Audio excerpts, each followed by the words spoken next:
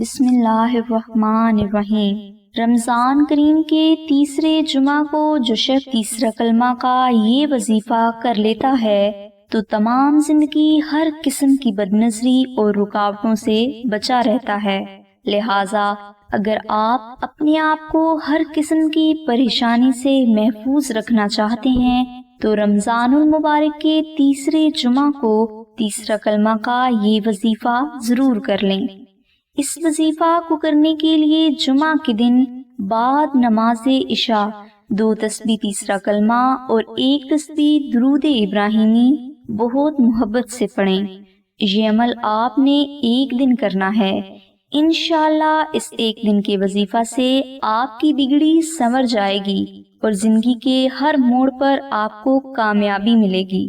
یہ وظیفہ بےحد آسان اور مجرب ہے اور اس کو کرنے کے لیے کسی بھی قسم کی روحانی اجازت شرط نہیں، اس لیے آپ رمضان المبارک کے تیسرے جمعہ کو یہ وظیفہ ضرور کریں۔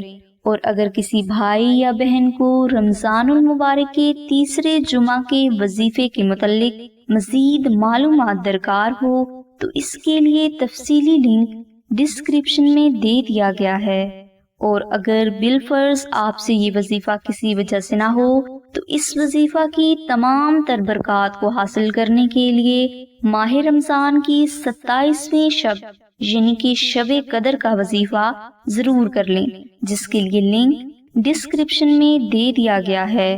دعا ہے کہ اللہ تبارک و تعالیٰ کی ذات حضور نبی اکرم صلی اللہ علیہ وآلہ وسلم کے صدقہ میں آپ کی سبھی نیک دعاؤں کو قبول فرمائے۔